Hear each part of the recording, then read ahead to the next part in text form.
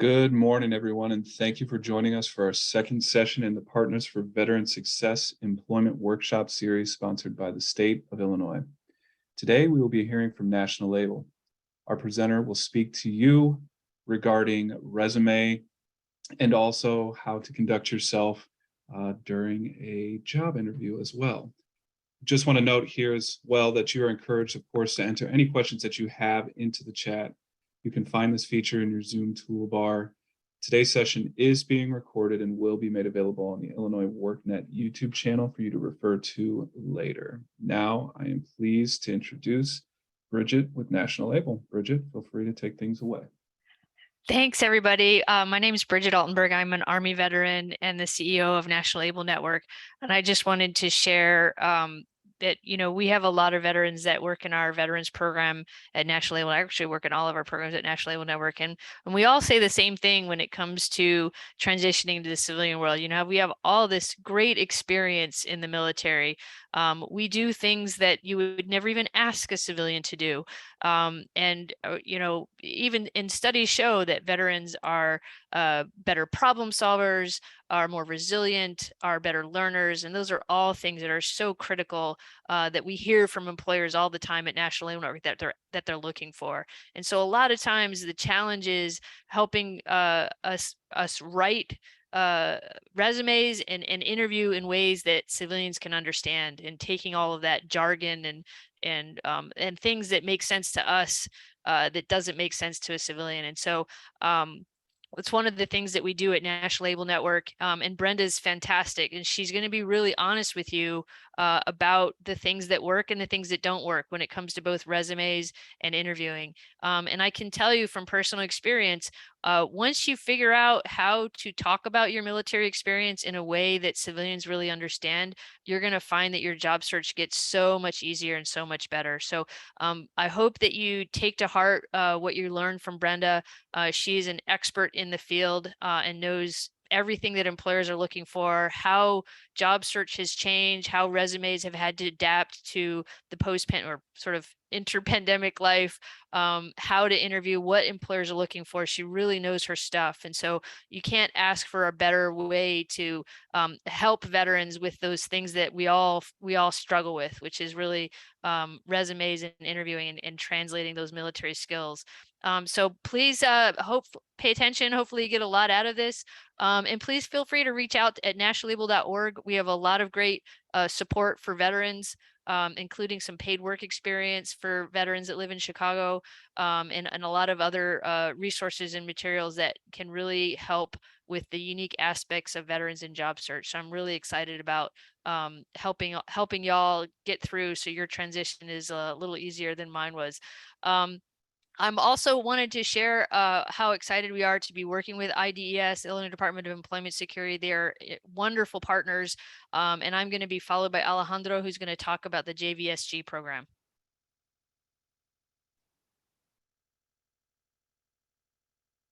So much, Bridget. Thank you, National Able, for being that strong partner to be able to help us provide this course to you guys today. So I'm Alejandro Rodriguez with IDES. I'm the DVOP here at the Pilsen office, and I'm going to go through a presentation provided to me through our agency on behalf of what we do as a program overall, and I'll put some emphasis on my duties as a DVOP and how I can help those veterans out there that are on this call today, or friends of veterans who are veterans who meet the criteria and who would like some assistance, and connect you guys with National Able and us as well. So career support for Illinois veterans through IDES. So about me, Alejandro Rodriguez, Disabled Veteran Outreach Program Specialist is what DVOP stands for. My branch of service is the Air Force. I was an Airman, Services Airman from 01 to 07, where I did multiple deployments while I was stationed in Alaska. And then the last 3 years, I did a lot of micro deployments as a chef for nuclear missile sites out in Minot, North Dakota. Um, so my job, my career field in the Air Force, very diverse and complex. And one of the key things that one of the key skills that I learned through the military was, being more of a manager and knowing how to be task orientated to help people get those tasks done. And so my transition overall could have been a lot better because I didn't know how to um, really express that, and maybe have been a industrial leader early on, but things worked out the way they did. And my goal now as a DevOps is to help veterans mitigate those barriers to hit that mark that they could definitely reach as a transitioning service member. So what you'll learn today is who we are and what we do at IDES, why we support Illinois veterans, how we support them, and how to get connected with the support. So our IDES, Illinois Department of Employment Security, as DevOps and the Joint Veteran State Grant Program, JVSG program. They're definitely a full part of IDES. We do not deal with unemployment claims directly, though. We focus on employment services, business services, and labor market information.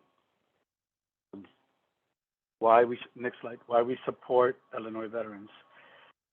We hear from talent acquisition that they hit home runs when they hire veterans, and in this case, this was an attest to that. And they hired a veteran with 10 years service as a IT cybersecurity guy for 90 grand starting. Next slide. So overview. Number of Illinois veterans is decreasing. The veterans in Illinois are more likely to be management and professional field veterans. They're more likely to be in production, transportation, or material moving careers. They're more likely to be natural resources, construction, or maintenance field guys. Next slide.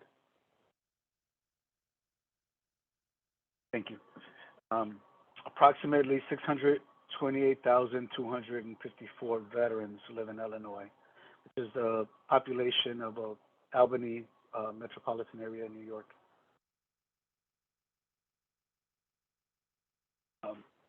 How we support veterans. Well, ultimately, as a DevOps, I support them by helping them mitigate their barriers to employment. As an IDES agency, we help them by employment and supportive services, which is mitigating those barriers, special programs and partnerships. Slide, please. Special programs will intensive specialized veteran services we provide. We help claimants, customers who are re-entering our civilization from incarceration. We help with disability employment services, and we can help with apprenticeships. Next slide, please. Okay. JVSG, Jobs for Veterans State Grant Program, which is an arm of the Department of Labor that supports specifically what the Veterans Department does within IDES. Each region in Illinois has 2 staff members dedicated to supporting veterans. We have DevOps, as myself, outreach specialists who work with that special population of veterans, and we have local veterans employment reps, which we refer to as levers, which are veteran business specialists, and they work more hand in hand with employers, support all veterans through IDES seeking employment services. Next slide, please. What we do. So levers, veteran business specialists, They talk to businesses about the benefits of hiring veterans. They develop relationships with employers to connect all veterans with jobs. They advocate for all veterans.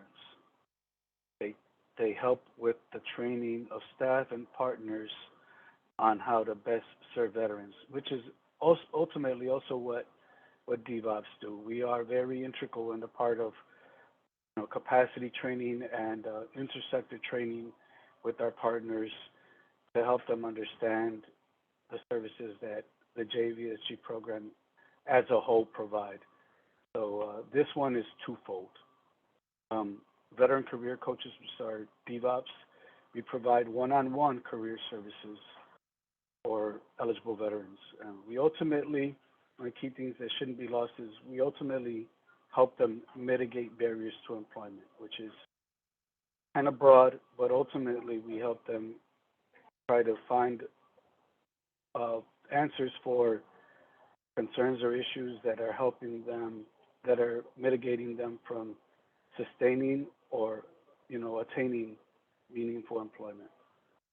So we hold events like job fairs and share resources with veterans. We assist with job placement opportunities, connect veterans with partner organizations that offer.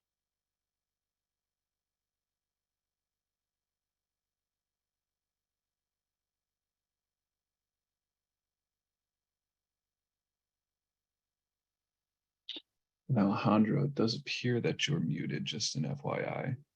So if you're joining by telephone, make sure to press *6 to unmute yourself and continue the presentation.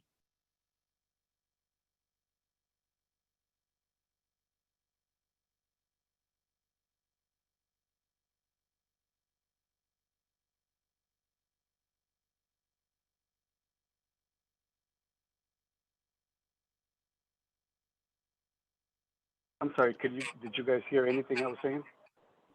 No, you got cut off, Alejandro. So please, I think you were in the Veterans Career Coach portion. So if you can pick up from there, we should be all set. Okay. Veterans career coaching. Unlocked. My computer doesn't have video and audio. I'm using two devices. I apologize.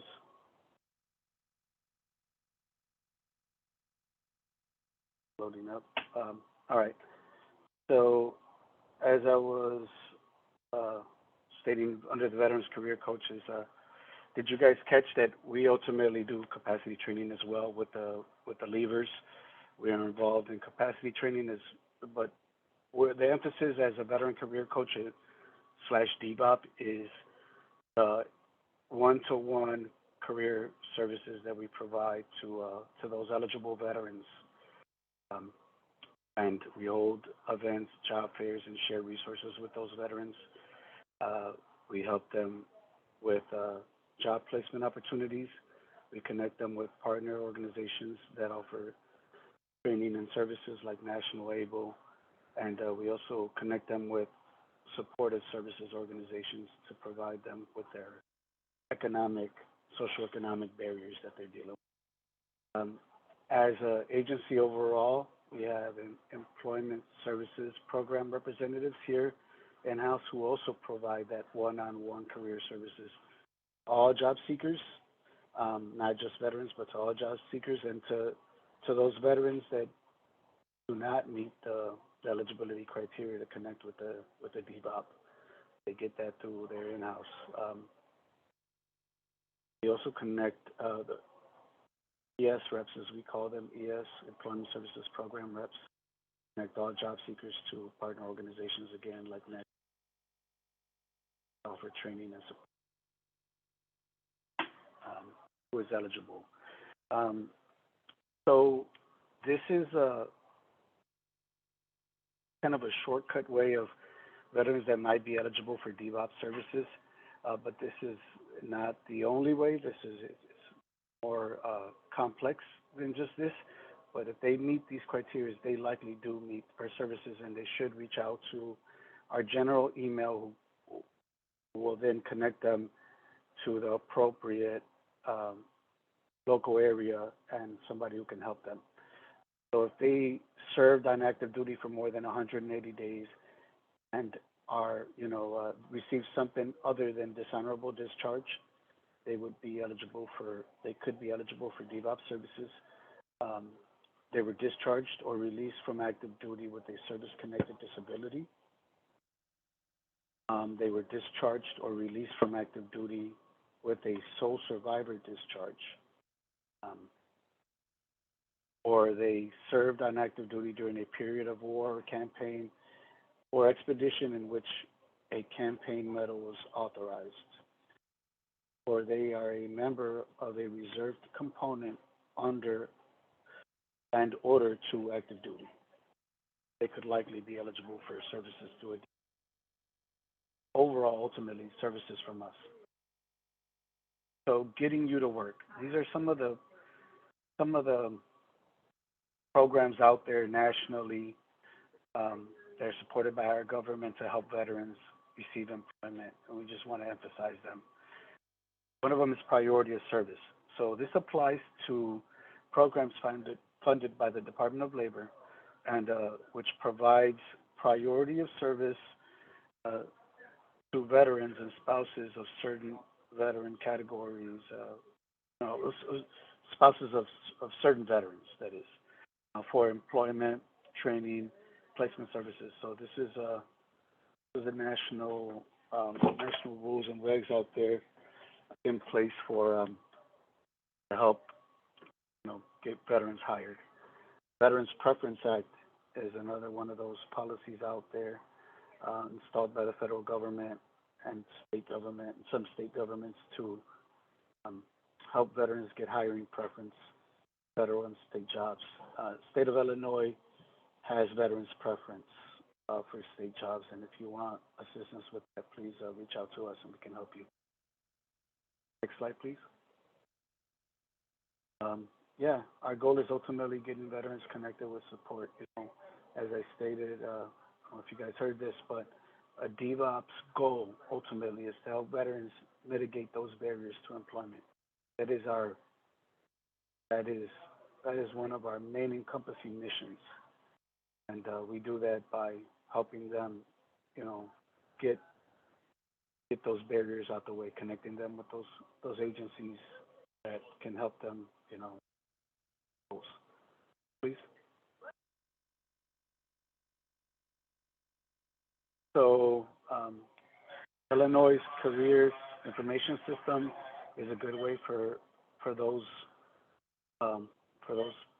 veterans out there who are looking for some resources, get information on occupations, education, and financial aid.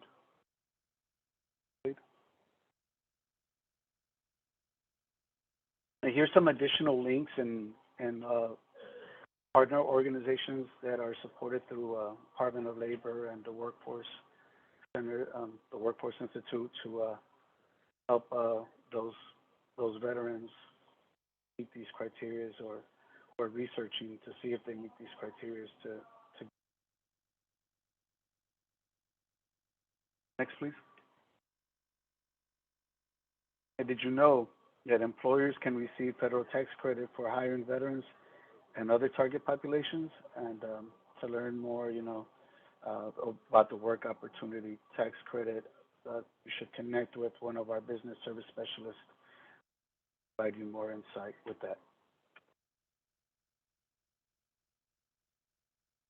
These are information on how you can. These are good steps on how to, connect with us, reaching this email and these links, get our services.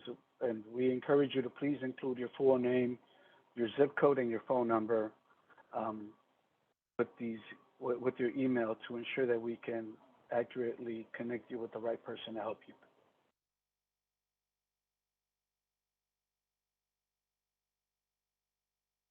Concludes my part. Thank you guys for your patience with me, and I hope you found the information I provided beneficial. Best of luck. Thank you for those who served, and thank you for those who support us. Excellent. Thank you so much for that presentation, Alejandro. And again, if you did join the session late or need to review anything that Alejandro did cover today, just an FYI, we are recording the session. So you will have access to the recording within about 48 hours or so at the conclusion of this event. Thank you again, Alejandro. Without further ado, we're going to go ahead and jump right in here to our resume and employment skills workshop with National Label. And I do believe we have Brenda on the line to take that over. So Brenda, I'm going to stop my screen share now, turn things over to you. All right, thank you so much. Okay, I just want to, first of all, open up my camera, let everybody see me and say hello. Thank you all so much for joining Gary and Chris and Goran. I hope I'm saying that right. Jack, Jay, Kathy, Jillian, Jose, Kat. Let's see, we got a lot of wonderful people online. Kirk L, Ramon, Richard, Sharon, Steve, Theodore, Todd, Tori, Tracy Ann. Got two Tracys on the line. Zebo, and then Holly. Guys, thank you so much. Again, my name is Brenda Brumfield. A little bit, just a tiny little bit about me, my background at National Able. I'm a training specialist. I'm part of the learning and development team there. Overall, I have about 19 years now of experience in job development as a career coach. I've worked with university students. I've worked with individuals going through trade programs, and my favorite group is always working with the veterans. In particular, one particular veteran, my son, Sergeant Antoine J. Brumfield, who's currently serving in our wonderful U.S. Army. So guys, it is wonderful to be here to talk about resumes and to talk about interviewing. So before we get into interviewing, I'm going to do just a quick little overview because we're really excited to share with you guys our latest endeavor, which is our Remarkable Careers website. And I want to invite you to go over and check it out. The URL, remarkable.nationalable.org website, is on the screen, and you can go over and check it out for yourself. But just to tell you a little bit about what it is now, right now, I'm going to go ahead and turn off my webcam. Don't worry, I'll open it again from time to time as we go through this presentation. But for now, I'm going to turn it off. And definitely, as you can always leave yours open. It's up to you. But the Remarkable Career site was just kicked off this past October. The site is totally free. It's open to anyone and everyone. Guys, we are so excited about this site because this is where you can go and check out information regarding our workshops that we offer. We offer not only Jumpstart Job Readiness webinars, we also have a suite of Microsoft Office applications training.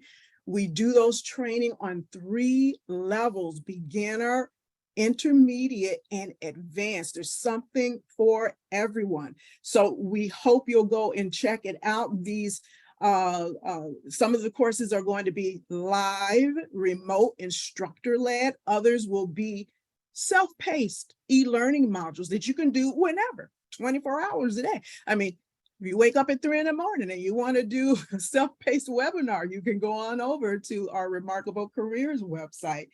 The website is also going to give you some workshop descriptions, handouts, and downloads from our courses.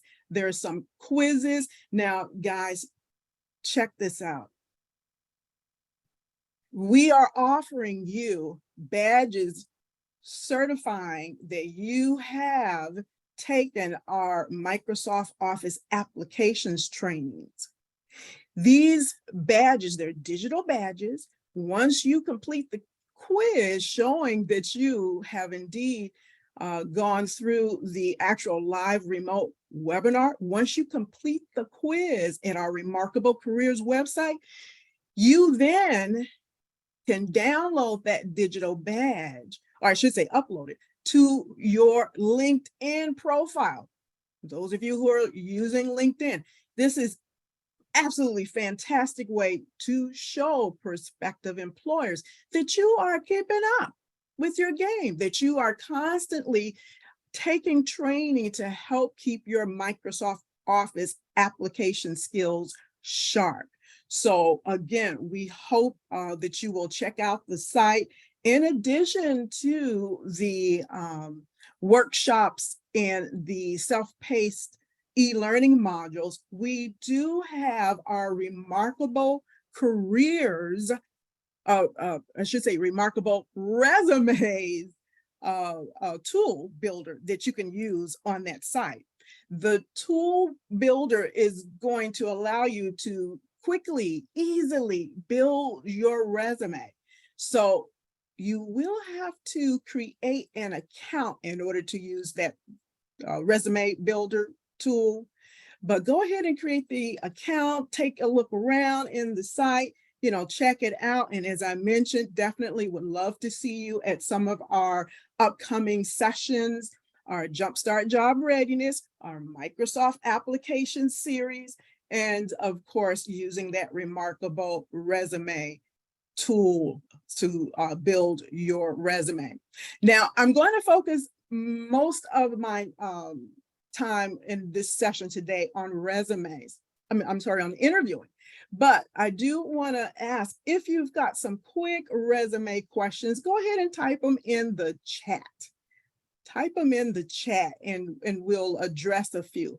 I'm not going to do a deep dive into creating your resume. Go on over to our Remarkable Careers website and check out that Remarkable Resumes builder to help you get going on the resume. But if you've got some just questions about resumes that you've always wondered about, that you've heard and you're not sure, or if you've got a specific situation in terms of your resume, throw your questions in the chat. And by the way, thank you so much, Dan. Dan has uploaded into the chat the resume builder steps. So when you go over to our Remarkable Resume, I want to make sure I'm branding it because we've spent a lot of time on it. So let me call it the correct title, Remarkable Resume Builder Tool. You'll have the steps with you in order to use that. All right. So do we have any quick questions before I jump totally into interviewing skills? I'm looking in the chat. Okay, and I do see from Tracy Ann, do you need a premium LinkedIn account to save those remarkable badges? No, you do not.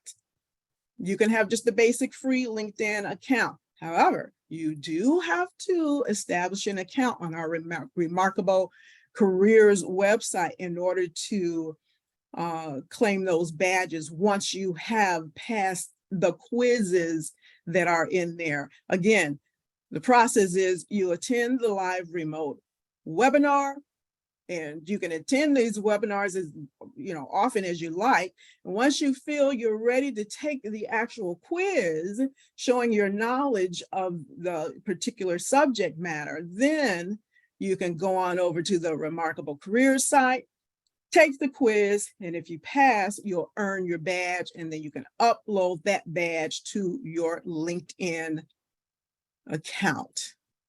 Okay. Okay, so I am looking, okay, so Zibo, are cover letters essential to getting an employer's attention? Okay, good question. It depends. I would say you want to approach it in this way. A cover letter, it doesn't ever hurt to include a cover letter.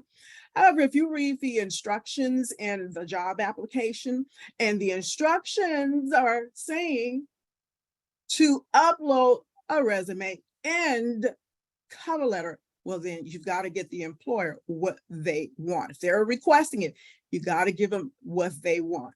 What I have found out, this is, just on my own research, having worked in this space for 18 years, most of the employers that I've talked to they tell me they don't really read those cover letters.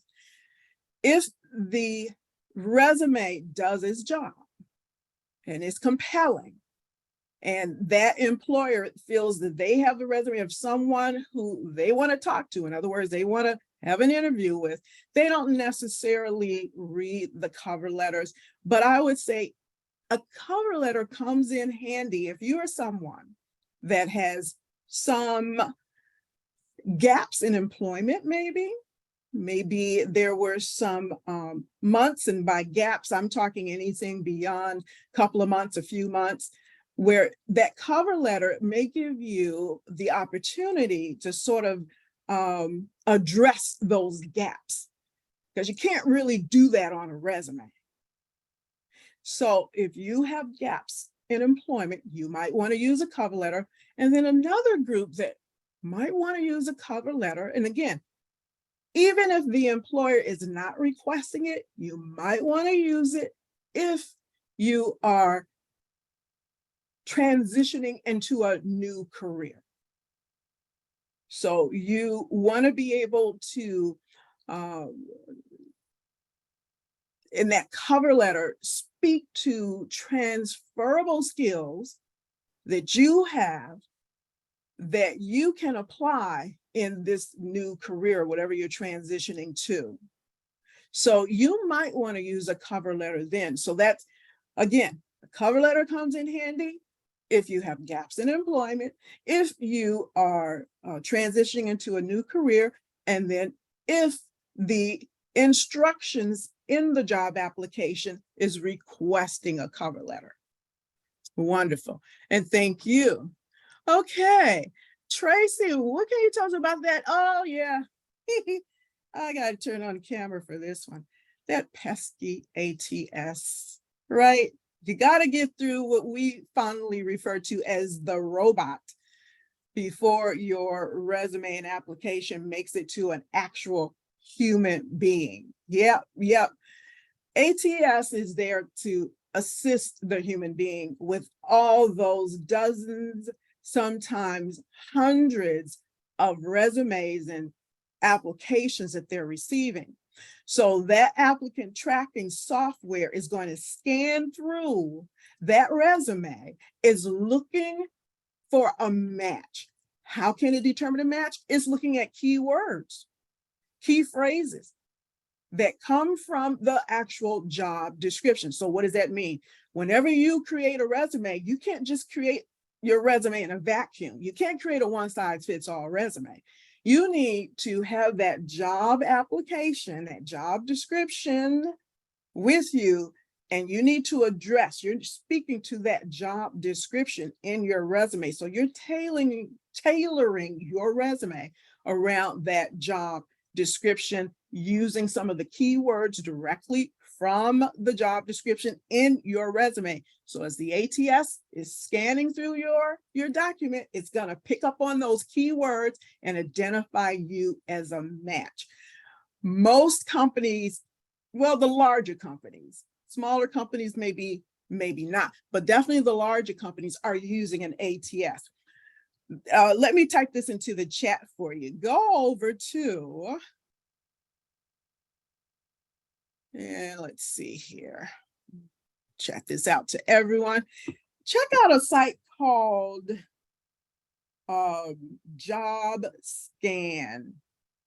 I'm not going to put the URL in the chat because it's got a little bit of a weird domain, URL domain there, something like jobscan.co # something, I don't know, but just Google it, Job Scan.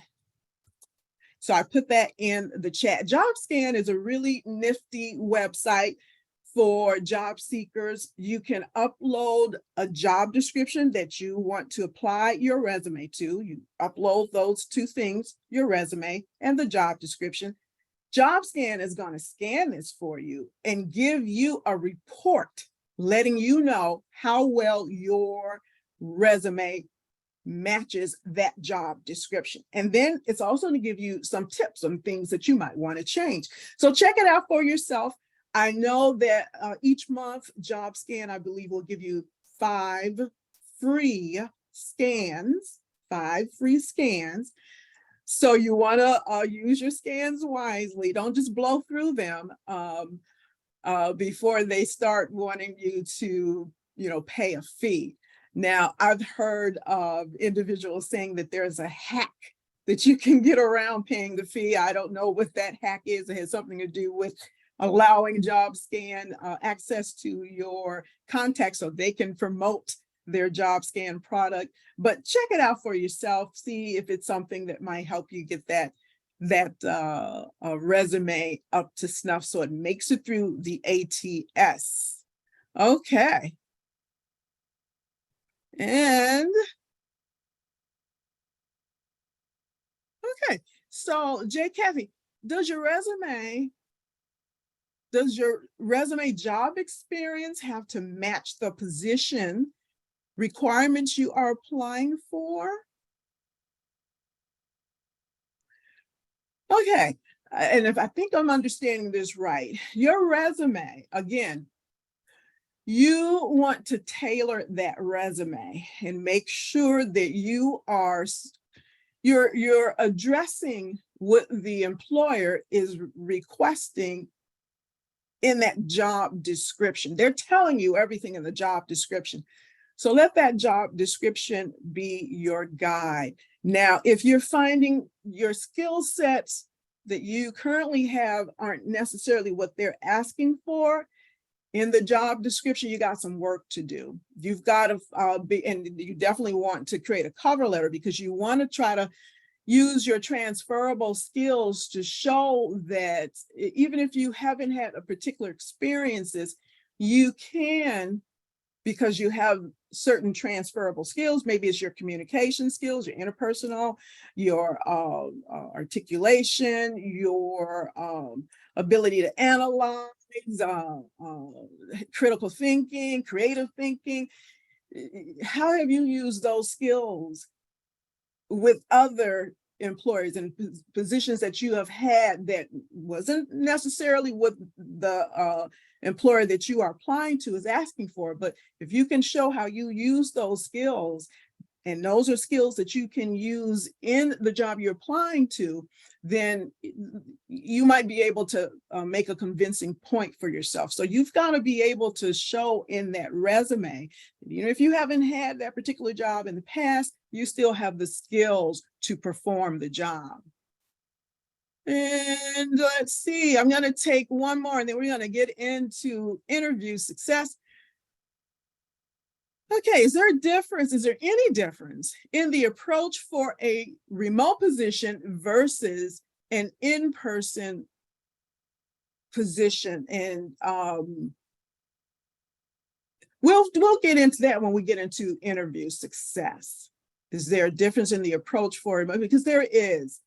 But if you're talking about in writing your resume, no, you still have to address. Even if you're applying to a remote job, you need to address your ability to perform the job. And that's the bottom line. So whether it's in person or remote, you need to speak to that job description and answer point by point. If they're asking for someone who has, strong Microsoft application skills, you got to be able to show in that resume not only listing those skills, but showing and giving, actual descriptions of how you have used those software skills on the job. And you've got to show results, too. So, okay, guys, so we're going to go ahead at this time. We're going to get into interview success. Hopefully we'll have a little time. Maybe we can do a practice interview with someone who might want to volunteer. We'll see when we get there, if anybody wants to volunteer. But we're gonna, and this is actually a good time if you have something to write with, or you have some paper, something nearby, because I want you to begin thinking about the interview questions and how you might answer them. So if you can grab something to write with, so when we get to that portion of the presentation, you will have that. Okay, so guys, let's put ourselves in the shoes of a hiring manager. And I want you to chat out at this time. Chat out to me, if you were the hiring manager, what are some things that you would look for in a potential candidate? So think about it, type out your response in the chat. Put on your manager's cap. Think about what are the things that you would be looking for in a potential candidate. Let me know in the chat.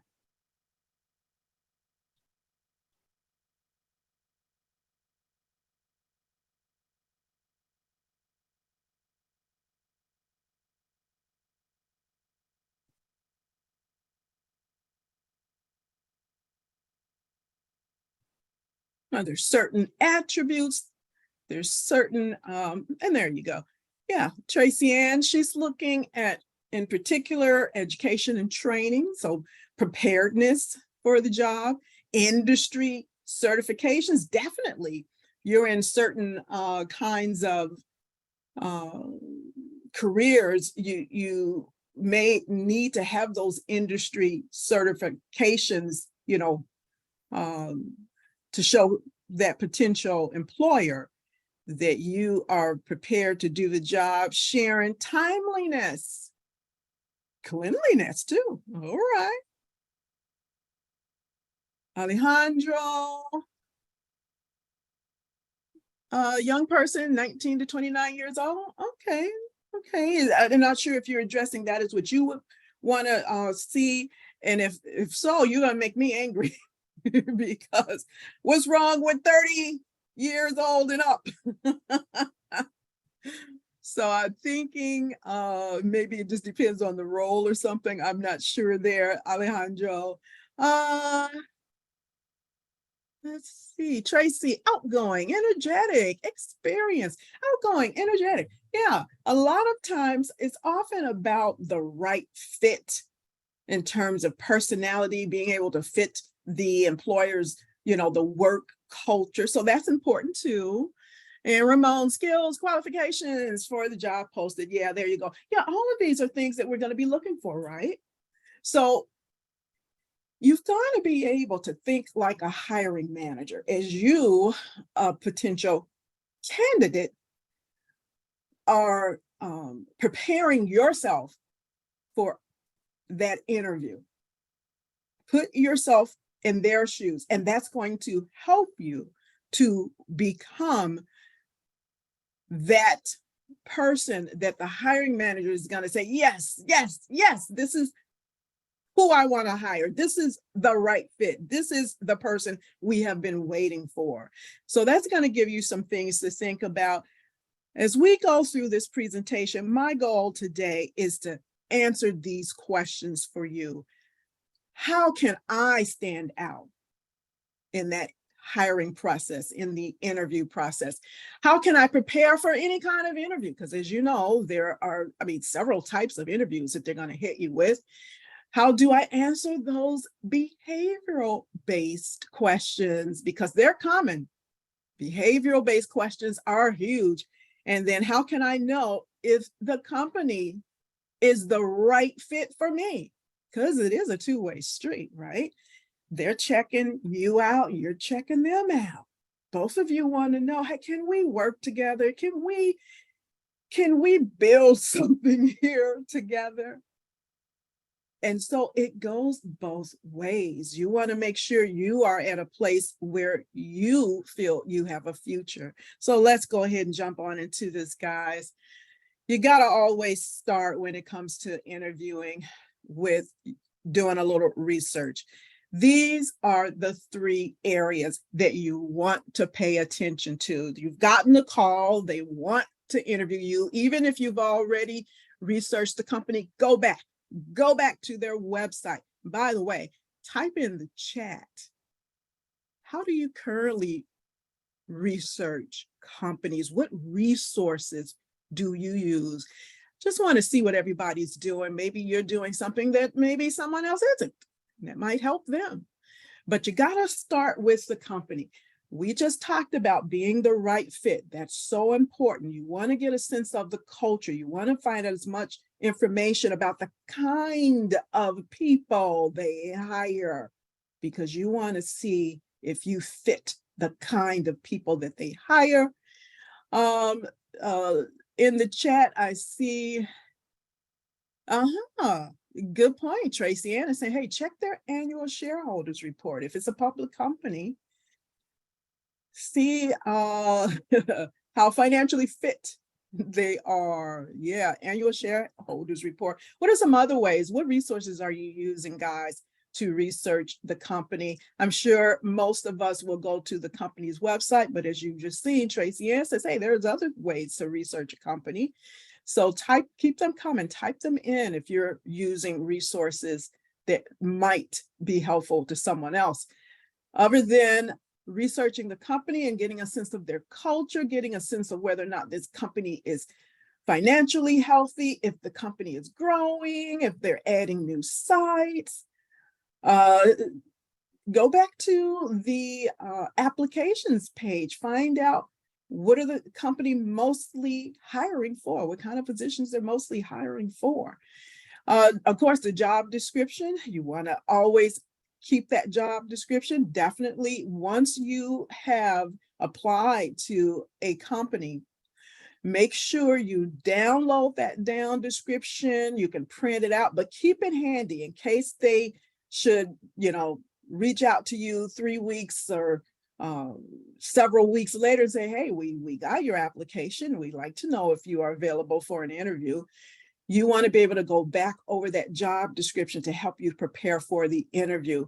So don't forget to keep a copy of that job description because you're going to go down that job description and you're going to begin building your responses to certain questions based on what they are asking for in the job description.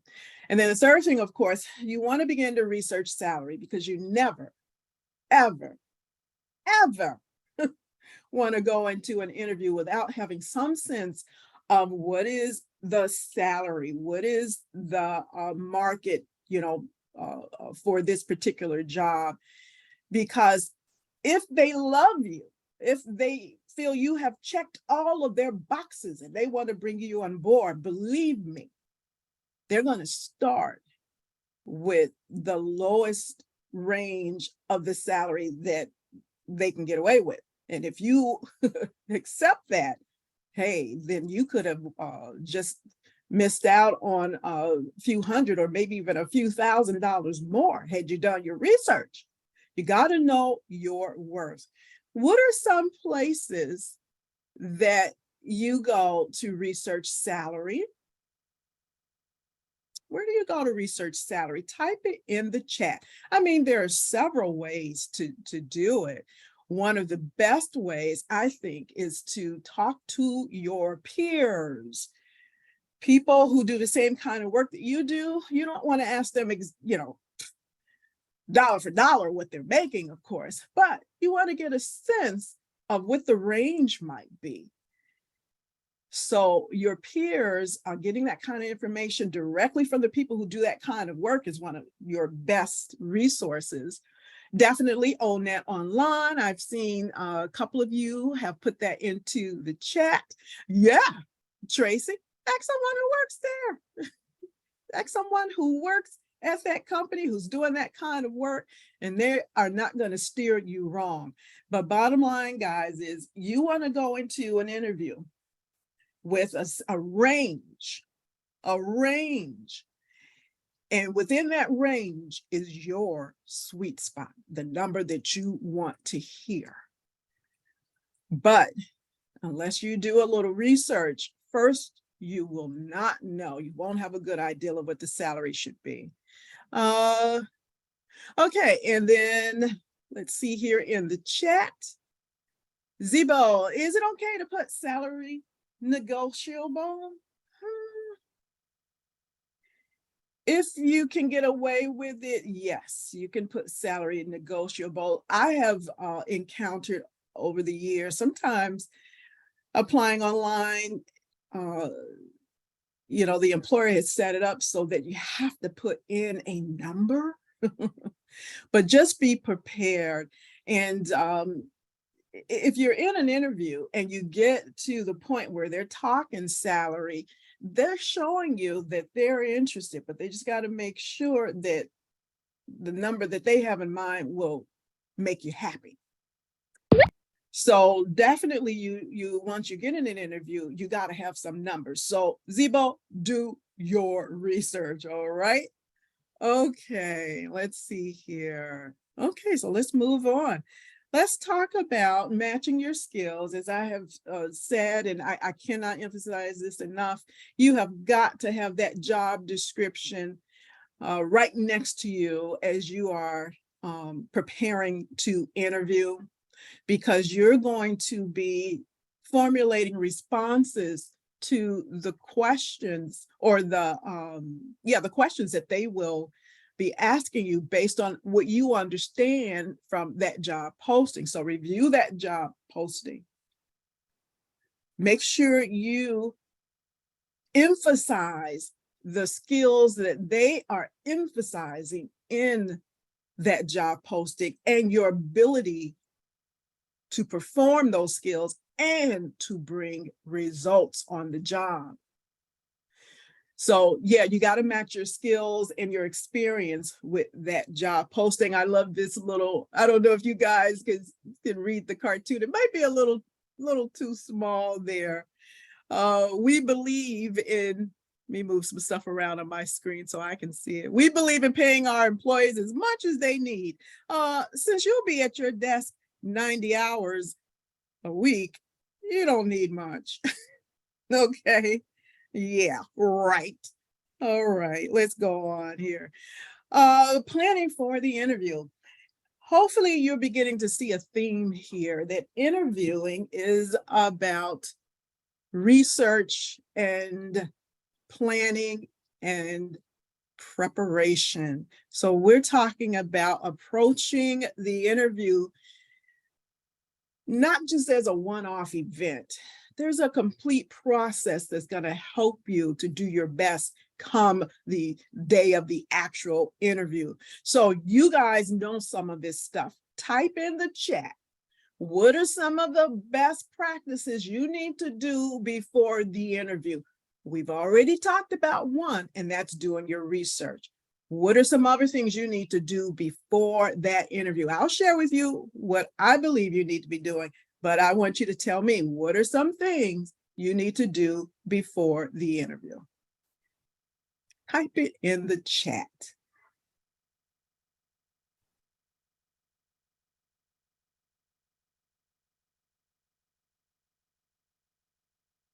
Think about what have you currently been doing as you prepare for an interview. And we're talking about things like if you've got a favorite outfit, you want to make sure you get that to the dry cleaners and make sure it's prepared. Other things like finding out the route to your interview. You might want to drive the route. You might want to even drive that route on the day that you will be, like if you're going to be interviewing on a Tuesday, maybe the Tuesday or Thursday before, drive it at about the time you would be leaving. Get a sense of the traffic, pattern. Is it going to be a lot of traffic? Are there any road closures? You don't want any surprises. Yeah, there you go, Gary. Map out the route, pre-drive it. Yep.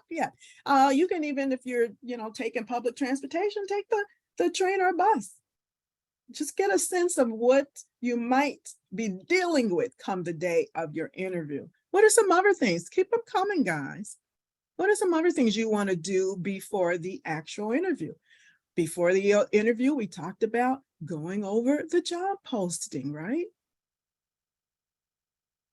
You want to start thinking about how you're going to answer questions based on what's in that job posting.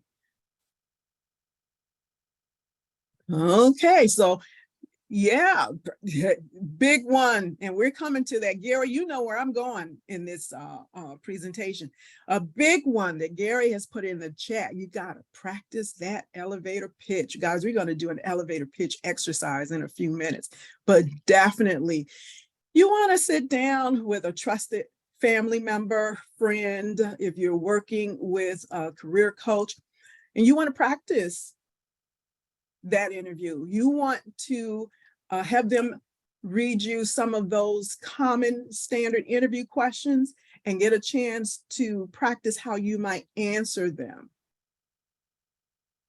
One thing that I say everyone should do before an interview is go to LinkedIn, look up the person that you will be interviewing with. Hopefully, if they have a LinkedIn profile on the site, you can find out a little bit about them. And if you find out that you share some similarities or you have something in common with them, you might want to sort of weave that into your conversation that you're going to have.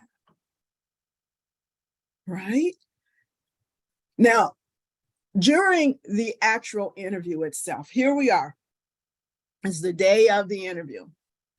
Things that you want to make sure that you are doing is, besides the standard, make sure you get there 10, 15 minutes early. And you don't want to get there too early, because then it becomes a little awkward, right? But if you get there 10 or 15 minutes before, it gives you enough time to sort of relax and do your little mental kind of get yourself into that Zen spot. You want to make sure that when you are called into that interview space that you're making eye contact. When you sit down, if you are like a fidgety type or a nervous type, or you find that you are someone that uses a lot of gestures when you talk, you might want to make sure that you sort of collapse and let me turn on my camera here and I can show you what I'm talking about. That you put your hands together to sort of keep them on your lap so that they're not going all over the place. You might even want to hold on, not too tight, because you're going to be nervous, no doubt about it. Interviews still, after all these years, make me nervous. But you do want to, if there are arms there on the chair, maybe you can just lightly grip those to keep your hands from going all over the place. And like I said, the eye contact, make sure that if there are more than just that one interviewing in the room, that you are looking around and making eye contact with everyone. Make sure you ask for their business cards. Now, nowadays, it's a little different. They may not give you a business card. And don't be offended if they don't. It may be just their standard practices, something that HR has told them not to do. But ask nonetheless. And if you have multiple people in the room, something that I used to do is I would just put the business card on the desk or table in front of me in the order that the interviewer who was, asking questions, so that I could sort of glance down every now and then and remember names. And of course, it comes in handy after the interview too. During the interview, you're going to be nervous, but you want to try to give them as much information when they ask you a question. You don't want to just tell them, well, as you can see on the resume, no, they've got you in front of them now and they're checking you out. They're getting a sense of, if they brought you in for an interview, they have a sense from the resume that you probably can perform the job. Now they're just trying to make sure you're a good fit for us. So in that interview, you want to make sure you're answering the questions and giving additional information, giving, again, results, breaking down your actions so that they can fully understand the scope of your ability to perform the job. So all those things are things that you want to do during the interview. Of course, you're going to ask questions in the interview, and we're going to get to that in just a minute. Okay, there's two things after every interview that everyone should be doing. Can you guess what those two things are? If you can, type it in the chat. What are 2 things that everyone should be doing after an interview?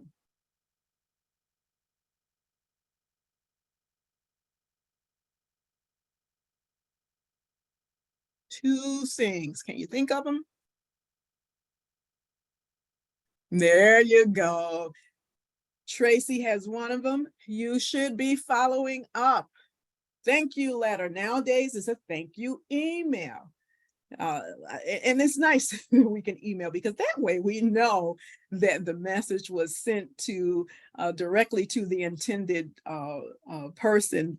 So the thing about sending out that thank you email, it's not just that it's professional courtesy, it is strategy.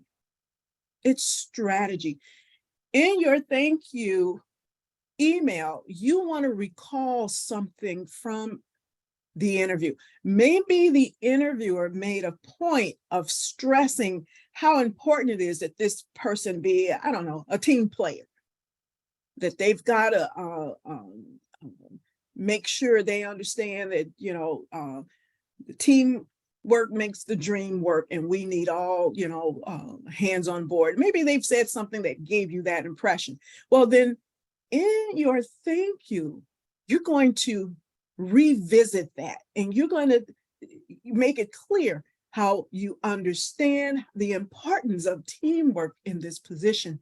And I just want to remind you, and then go through the attributes that you feel make you a team player. Or it could be whatever, something else that they said that really stood out for you. Address that in the thank you. Reiterate your strong suit, the skill sets that you have that you think are going to make you perform the job and bring results. So you got the thank you letter or email. Yeah, Tracy, always be courteous. Always be courteous. Thank you for your time. Thank you for the opportunity for the interview. And you're going to also follow up with your references, the people who you have asked to vouch for you. Reach out to them and let them know who you interviewed with, the company. Let them know. You might be getting an email. You might get a phone call. You might get a letter. Let them know. Have them on the ready so that they can be there to vouch for you. They said that they would provide you with reference, then help them out. Don't leave them in the dark. Sometimes, especially nowadays, if people don't recognize a certain name in the email or phone number, they may not respond. So those 2 things are what you want to do. Send out your thank you email, and then reach out to your references and just let them know who you interviewed with, the company, and that they could be getting contacted. Any questions before I move forward, guys? Any questions on anything we've talked about so far?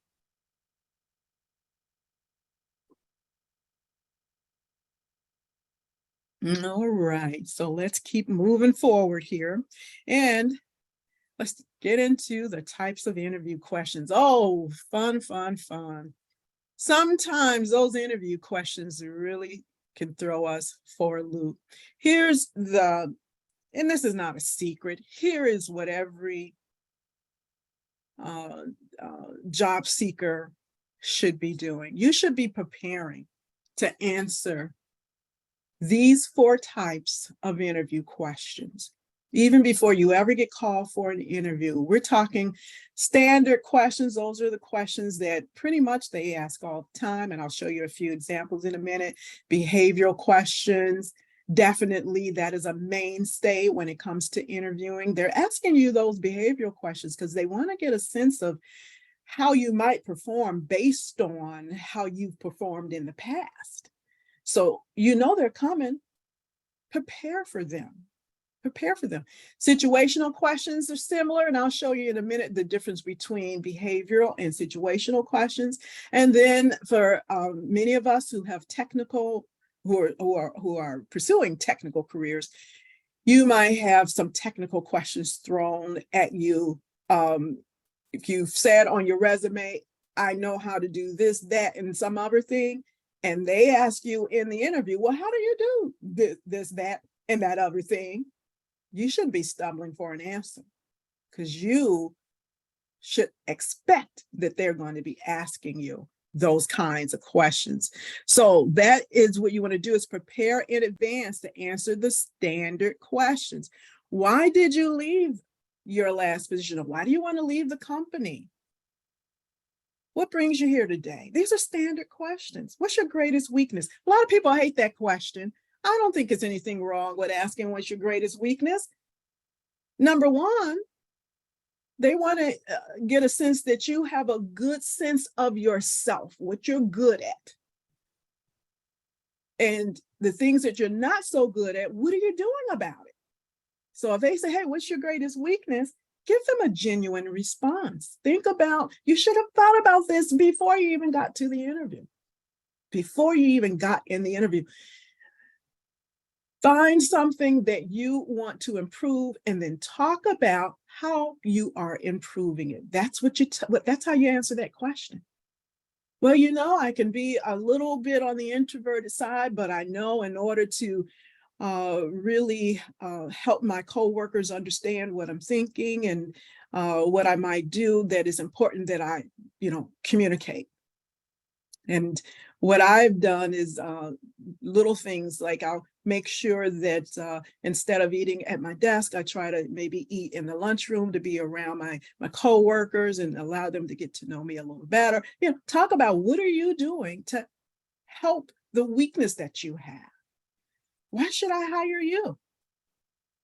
It's a common standard question, and you need to give them what you think is that thing that differentiates you from the other people who are waiting down the hall for their turn to talk to that employer. So prepare in advance by sitting down and writing out your answers to some very standard interview questions. In the chat, Daniel has uploaded our handout for this session that gives you a chance, which if you print it out, you can write in your responses. And then what you want to do is practice saying those responses out loud so that you can hear yourself. Or practice with, again, a trusted friend or family member. You might even want to use your phone to record yourself and then analyze it and ask yourself, am I speaking to the question or am I just rambling? But guys, you have to do this before you are in an interview situation. Now, here is a pretty standard interview question. Tell me about yourself. Generally, that's the first thing that they're going to say. We have strategy that we always share with our National ABLE clients. And actually, it was presented here in the chat today, and that's by using an elevator pitch. Elevator pitch is like a little commercial about yourself, only about a minute long. And in that minute, you are pulling out all the stops about how you're prepared, what has prepared you to perform that job in terms of your previous experience, your specialized training or education that you've had. You want to talk about any accomplishments that you have had in doing this job for other employers. Now, this tell me about yourself question, I personally feel is so important because generally, since it comes right at the beginning, this is their first opportunity to hear from the actual person. And then they're getting a sense of your communication skills. You've said all this different stuff about yourself on the resume, right? Skilled with communications, critical thinking, whatever you say on your resume. But now they've got you in front of them and they're asking you this particular question so that they can begin to size you up. See if the person that is on paper is the person that is in front of them. You've got to write out your elevator pitch before you go to an interview. Time yourself, tape yourself, and then make sure when you listen back, are you hitting on the right points? Start out with, also, by the way, just make sure in the elevator pitch that what you say is relevant to the job you are there to interview for. So you don't need to be talking about stuff that, I don't know, 20 years ago. You don't want to be talking definitely about personal matters, family stuff. You don't want to be bringing up the fact that you are wanting to leave the other company because you don't think that they treat their employers well. None of that stuff matters. You want to keep the focus solely on what you have, what you can do, how you have done it at other places. It is not your entire career story. It's only an introduction. That's why we're saying only 60 seconds. So I'm going to give you a chance to start on your elevator pitch. I'm going to give you about 5 minutes here, but I want you to answer these questions. Who are you? What have you done that relates to the kind of job that you are seeking or you're interviewing for in this instance? Make sure you weave into those 60 seconds the special skills you have. And then what makes you a great fit for this job? That's going to help you, again, to show them why should they hire you. And then also in your elevator pitch, speak to what you hope to get from the company. Maybe you're looking for opportunities for growth. Maybe you admire the company because of their work with, some special thing or something. What opportunities are you looking for? So I am still here. I'm going to be quiet for the next 5 minutes. I'll check in with you in 2 minutes. I want to see how you are doing, but start thinking about your elevator pitch. It's just talking points. What are you going to say about yourself? Everybody clear on what we're going to do for the next 5 minutes? You have any questions for me?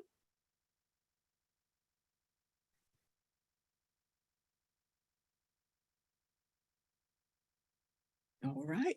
So go ahead and get started. I'll check in with you in a few minutes.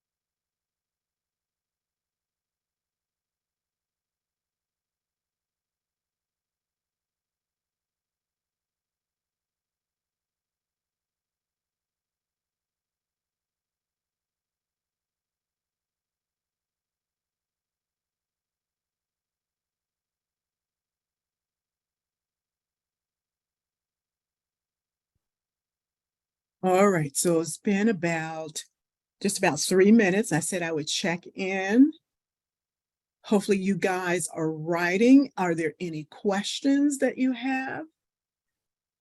And if you are stuck on what to say about yourself, it's understandable. We don't always think about how much we contribute to companies and all the things that we do and how we do it. But part of interview success is doing this very thing, because if you're not able to talk about how you bring value in what you've been able to perform and accomplish in at other companies, they're not going to know.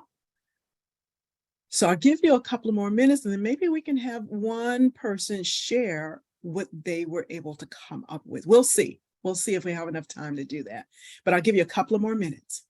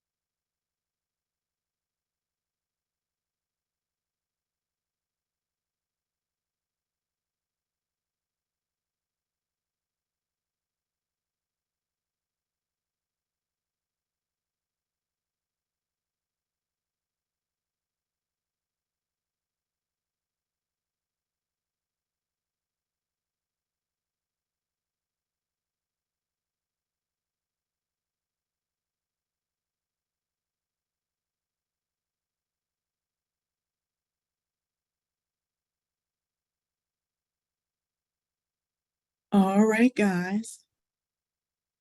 It's been about 5 minutes. So how are you doing? So anyone able to write out some talking points about themselves that they'd like to sort of try out?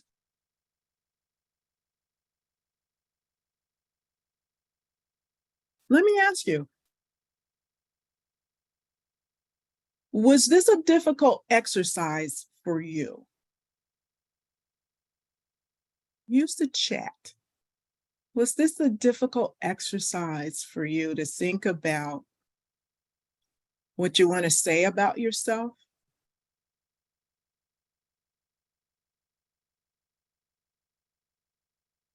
Come on, guys, now. You are veterans, and I know you've got a lot of accomplishments that you could talk about. Can you hear me? I can hear you. This is Jack. Hey, Jack. I was in defense industry, pharmaceuticals before I took this job as a DevOps. So I was thinking about if I was to try to go back into the private sector, it would be very difficult for me to convince them that I had anything to contribute after having been in this position, even though I have a advanced degree in manufacturing. I think that would be the toughest point, is like that. I've run into it before. It's like, what have you done lately? What have you done? What could you contribute that's relevant now? That would be the hardest part, I think. Okay, so it sounds like it's just a struggle to be able to formulate talking points about yourself, because you're basing it on something that you've done, I guess, in the past, and how do you relate that to what you're wanting to do now? I'm not sure I caught all of that. I think maybe it might be easier once you have an actual job posting that you want to address, that you want to speak to. Maybe that will help you to be able to pull out from your experiences, talking points that will address the position that you are interviewing for. I deploy talking about, oh yes, Tracy Ann, it's why do we do this? It is so hard to talk about ourselves. Years ago, I remember a supervisor, oh God, years ago, this supervisor told me once, she's like, Brenda, I see what you're doing and you do a good job, but you know what? You need to learn how to toot your horn better, because a lot of people don't know what you do. I mean, we come in and we do our jobs and we really don't think about it. But when you are in job search mode and you're preparing for an interview, you must sit down and do this kind of an exercise to begin building that elevator pitch that will help them to begin to get to understand you and know you a little better, and because they're sizing you up. So Tracy Ann, everybody else, get over it. You have got to be okay with talking about yourself. I want you guys, if anything, don't forget about this exercise. As job seekers, I want you to continue to work on this. Only 60 seconds worth of talking points about yourself, but that's going to help you when they ask you that question to give a confident, a very clear communication about, you know, who you are. So continue to work on it. But nobody want to try? I usually have one person that wants to try, but looks like I do not. Okay, and then I'm just scrolling through the chat, making sure that I don't miss anything. Okay, well, guys, then we're gonna keep moving forward, and I got lots more to talk to you about when it comes to interviewing. Those behavioral interview questions. Now, I mentioned that there's a difference between behavioral and situational questions. Behavioral questions are all based in reality. Now, you told them on your resume all of these things that you know how to do, all of these experiences that you have had. So the behavioral question is saying, okay, tell me about it. Tell me about this time. Tell me when this thing happened. What did you do? Now, compare that with situational. Situational questions are hypothetical. You may never have experienced it, but you still got to answer the question. They want to know, well, if this thing were to happen, how would you handle it? What would you do? What would you do if? So that's the difference. One is based, behavioral is based in reality. Situational is based in hypothetical. It's a what if situation. Gary, sometimes you just need to read the interviewer's body language and micro expressions and tailor your pitch directly towards them, what they want to hear.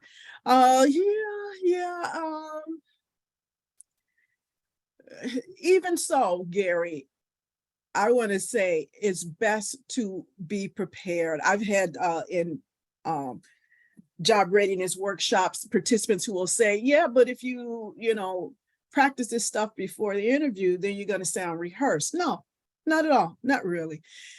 It's going to help you to be more sure of what you want to get across. If you've already written out your response about who you are, it's going to help you to hit on the main points that you want to share. And a lot of people think that they can just, go into an interview, they can wing it, they can, read that body language of the interviewer and sort of tailor themselves to that person. No, you want to prepare in advance. I want to have you guys, in terms of behavioral and situational, take a look at some of these behavioral interview questions. Very typical, something that you might be faced with in an interview. Again, why not take the time to prepare in advance so that if you hear this kind of a question, you smile because you know what you want to say. You know what you're going to say. Tell me about how you've stepped up and you've taken a leadership role. Tell me how you handled a difficult, customer. Could be a difficult manager, difficult coworker. What did you do? You said you worked on your resume. You said you were retail associate at Target. You must have had to deal with a difficult customer every now and then. So tell me about it. What did you do? Describe a team project that you've worked on that failed. And you might be thinking, well, how would you want to know about something that failed? It's the lesson in the failure. What did you learn? What would you do differently if you had to do it again? It really says something about a person who's able to do a little self-reflection and be honest and say, well, you know what? There was a time where I was working on this project, and of course you go into your story around it. But all of these are some typical behavioral interview questions. So, got fast fingers here, guys. My mouse is just set on fast. It's given the first answer here. I want to play a little game with you guys. I want you to read the question that's on the screen and then chat out whether you think it's a behavior or a situational question. The first one is shown because my mouse is just too, I don't know, it's moving fast. So I'm going to read each question. I want you to think about it and then type into the chat whether or not you believe that that question is a behavioral question or a situational question. And remember, behavioral is based in reality. Situational is hypothetical. Okay, so the first one we've already gotten. Tell me about a time when. That is a behavioral question. So what about the second one? What would you do if? What would you do if? So type into the chat, is that a behavioral question or a situational? Tracy says that's situational. Anyone agree with Tracy? Type it in the chat. Type it in the chat. What would you do if?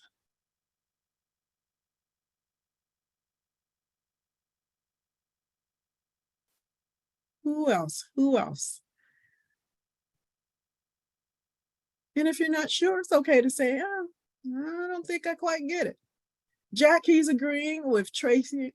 He says it's situational. Kat, she is agreeing. So you guys are right. That is situational because if this thing were to happen, what would you do if this thing were to happen? You may not, it has never happened to you, but what would you do if it happened? What about that third question? Give me an example of how you, is that situational or is that behavioral? What kind of question is that? Kirk L, behavioral. Who else? Situational or behavioral? Give me an example of how you, and Tracy is agreeing. And yes, guys, this is a behavioral interview question. Give me an example. You said you did this thing, so give me an example of how you did this thing. Okay, and then the last question. How do you handle situational or behavioral? Situational or behavioral? What do you think? Jack, situational. Ramon, situational. Nicole, situational. And guys, yes, you are right. This is an example of situational. Now, I have to say this. For me, this last question, how do you handle it? It really could go either way. It could. It sort of depends on what comes after handle, because if it's something that you've actually had to deal with, then it actually becomes a behavioral question for you, right? So even though we're saying this is situational, I really think this is a kind of question that could go Either way, just depends on the circumstances. Okay, guys, thank you so much for playing along. Okay, anybody ever heard of SAR? Situation, action, result. SAR, we call it SAR for short. Chat out a yes or no if you've heard of situation, action, result, SAR. Yeah, Kirk, back in the day, we used to use STAR, situation, task, action, result. Ramon has heard of it. Yeah, years and years and years ago, before you guys were born, I used to use car, challenge, action, result. These nice acronyms are techniques that will help you to frame your response by focusing on your accomplishments. You've always got to think in terms of answering questions by breaking it down into the actions that talking about the situation, but then breaking it down into the actions that you took, and then giving the outcome, the result. That is the special sauce in an interview, is when you can talk about results. And results aren't always, positive. Sometimes, again, the result is not quite what you had in mind, but it's an opportunity for you to do a little self-reflection and say, now, if I had to do this again, here's what I would have done differently. But, sometimes we don't always get the result we want. Kirk, years ago, you used to use share. Oh, no, that's one I've never heard of. I haven't heard of share. So yeah, situation, action, result. Let me give you an example of how that might sound if you were faced with answering the question. Tell me about a time that you handled a difficult customer. Now, since you are all going to be STAR job seekers and prepare in advance to answer these common interview questions, you've already thought about a situation, and maybe it's something that is from your resume.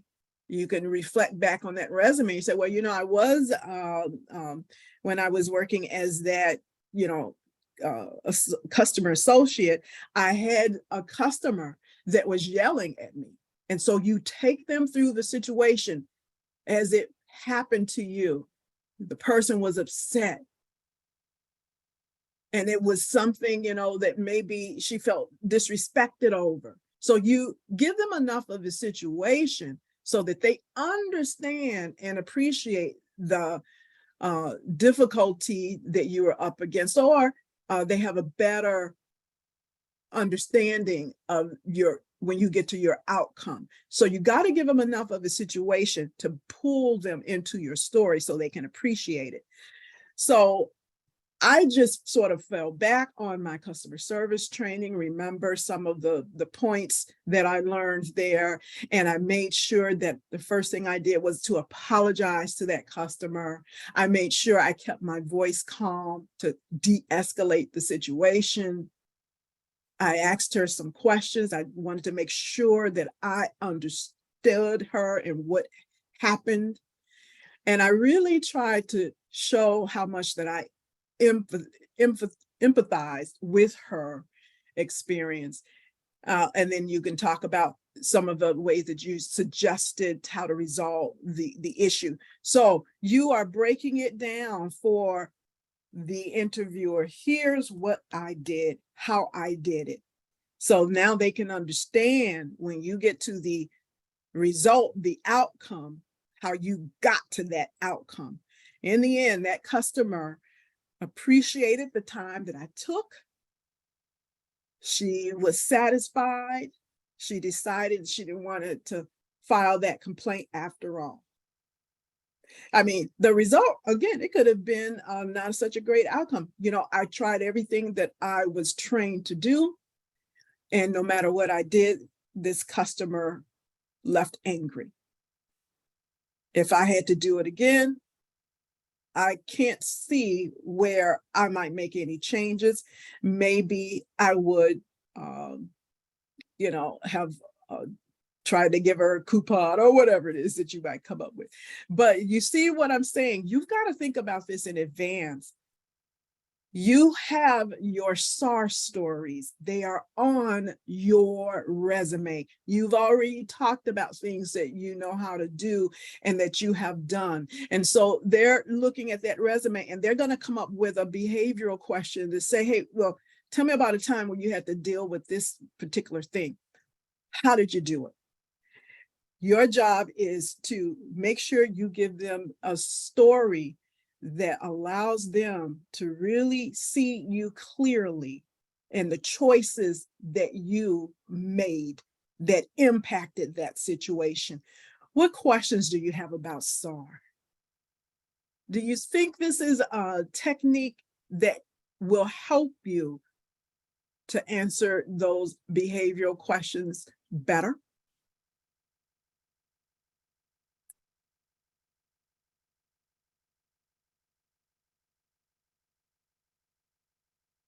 What do you think, guys? Share with me in the chat. Have you used SAR in the past? If so, what do you think about it? I agree, Jack. Very easy to remember. God forbid if you hadn't prepared for an interview or you got an interview on the fly.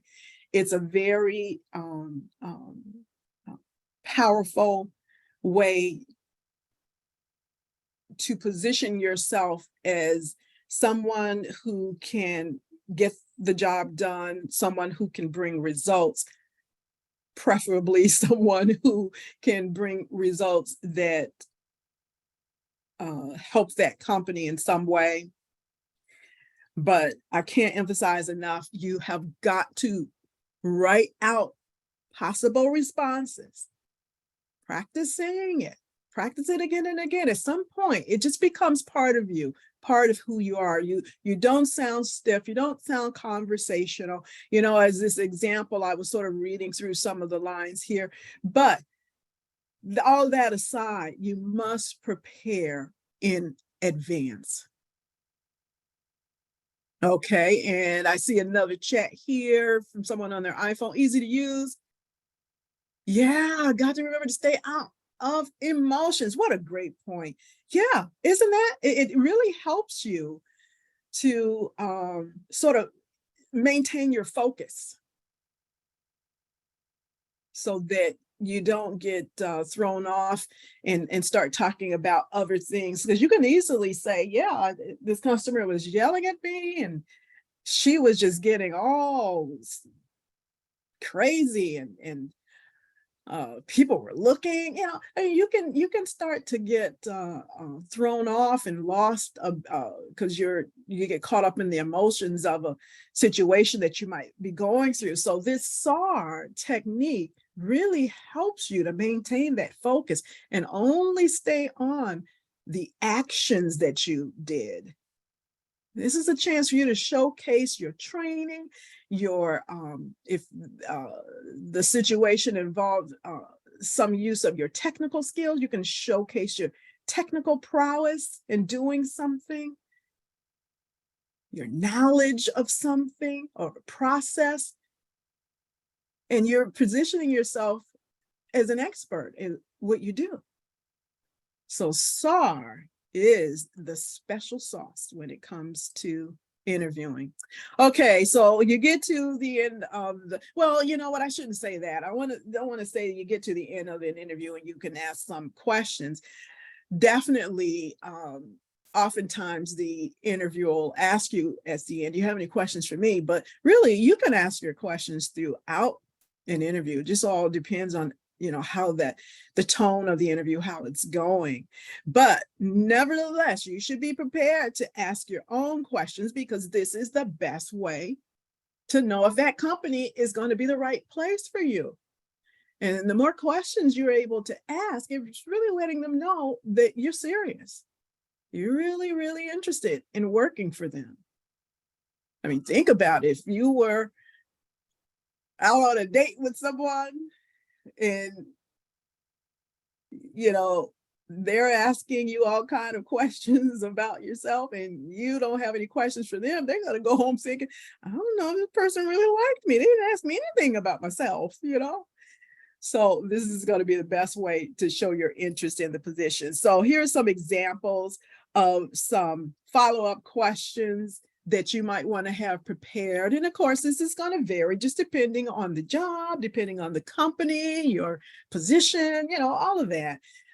So you'll adjust it accordingly, but have you know, several questions that you want to know about that company so that as they are answering, you can begin to get a feel for whether or not this is the right place for you. Okay, pretty self-explanatory there. So we got a few more minutes. I'm going to have you do some more writing exercises right now. I want you to write, don't do the tell me about yourself question because we already did that, but I want you to write out some responses to the other three. Why should I hire you? What is your biggest weakness? Tell me about a time that you had to handle a difficult customer. Write out some talking points. I'm going to give you, well, we only have about 10 minutes here left. And so I'm going to give you just a few minutes, but I want you to start thinking about them. This is definitely what you will do on your own as a job seeker, is you're going to be writing out responses to interview questions. So this will get you into that mindset. So I'm going to be silent. I'm still here. And if you have any questions, of course, simply ask, but take some time to write out your response to those three questions on the screen. And we already did the tell me about yourself, so just the other three.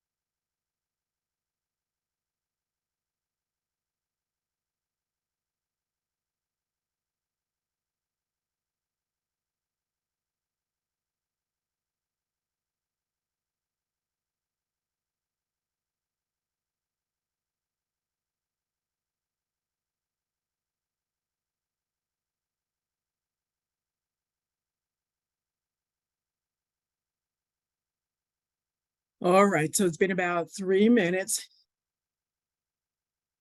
And let's see here.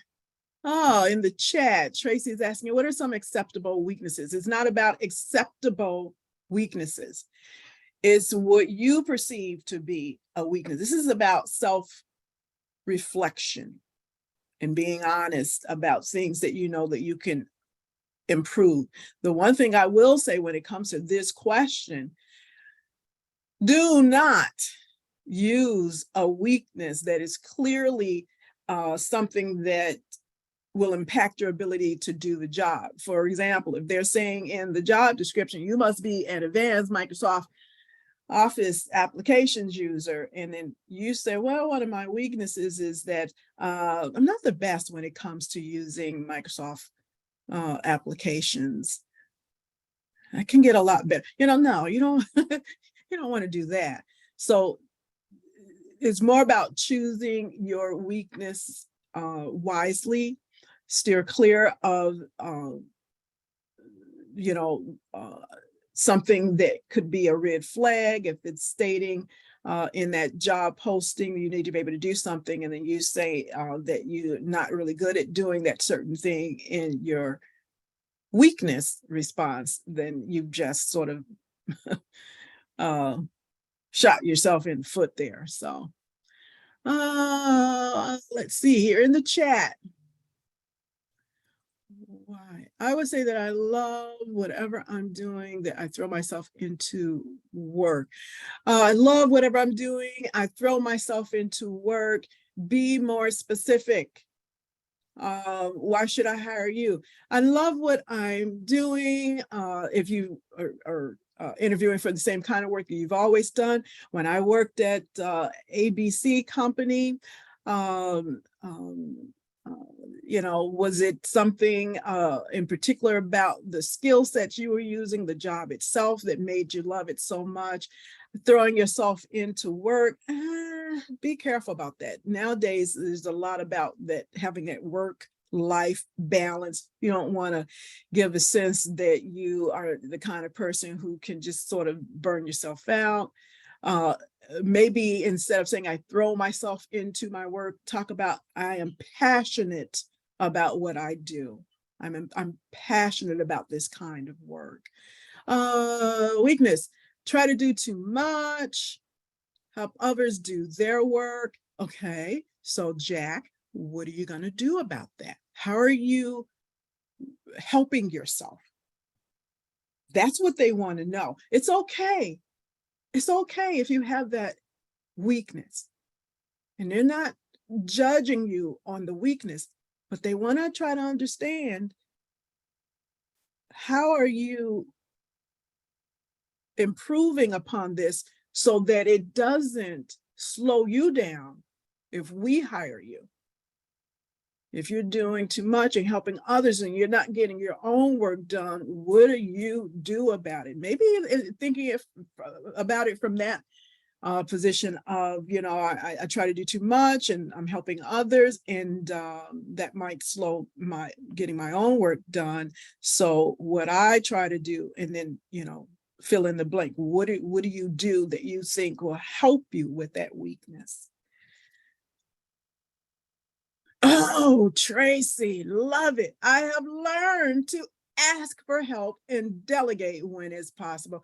Bingo. Great, Tracy. Yeah. Yeah. Wonderful. Yeah. Yeah. So don't be afraid of the weaknesses question. Just be prepared to talk about what is your solution? What is the thing that you're doing that helps you with that particular weakness? Okay, got a little bit of time left, so I want to let me scroll through just to make sure I didn't miss anything.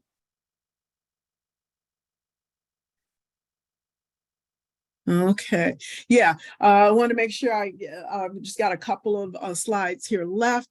Nicole, what is the approximate way to address being terminated from a job? A standard way to answer that question, if they say, well, number one, if they don't bring it up, you don't bring it up. Simple as that. They don't bring it up, you don't bring it up. Now, if they bring it up and they say, so why are you leaving ABC company?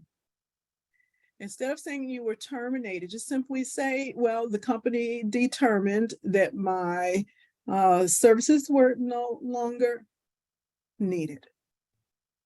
were no longer needed. That doesn't put blame. That doesn't say you were fired. That doesn't say anything other than the company made a decision that my services were no longer needed. And so that could mean that your company is laying off. It could mean that your position itself was being, removed. It's not a reflection on you, but do not offer up ever that you were terminated. Okay, so let me get to my next slides and we'll close this out and take your final questions. Just want to sum up what we talked about. As I said earlier, when it comes to interviewing, it's all about, if you want to ace the interview, you have got to do your research. You must plan and you must prepare for the actual interview questions so that you have a sense of what you are going to say. Doesn't mean that when you get into that interview, the nerves don't get the better of you and you begin to forget some things, but it gives you a better chance of just being sure that you at least have the stories that you want to share, that you want to tell about your ability to perform that job. So use that elevator pitch. That's going to help you to answer the question. Tell me about yourself. Continue to work on it. Be comfortable talking about yourself. Keep it to 60 seconds. It's not your entire career story. It's just the highlights. And if when they want to know more, they will ask you the other questions. So don't try to make this a whole 5-minute speech about yourself. Just give it the overview. Use SAR.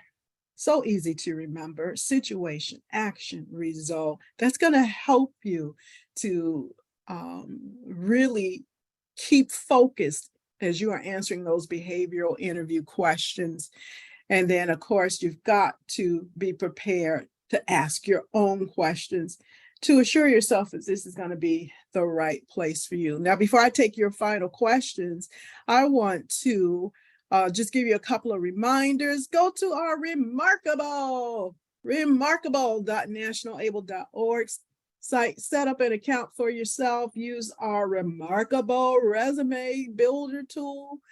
Find out about our other Jumpstart Job Readiness workshops, our live remote instructor-led webinars that we do, and all of the other wonderful workshops that we have over at National Able.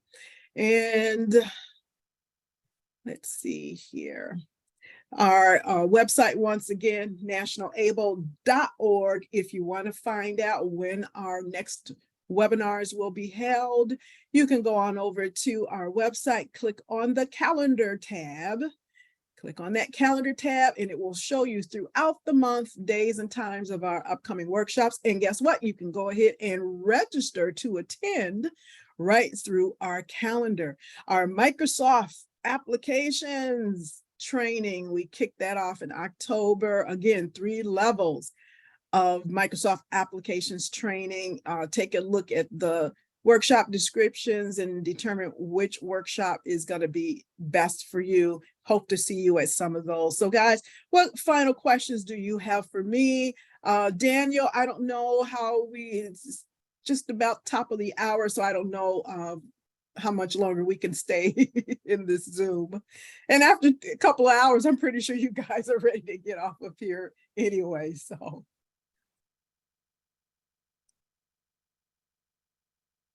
Any final questions for me?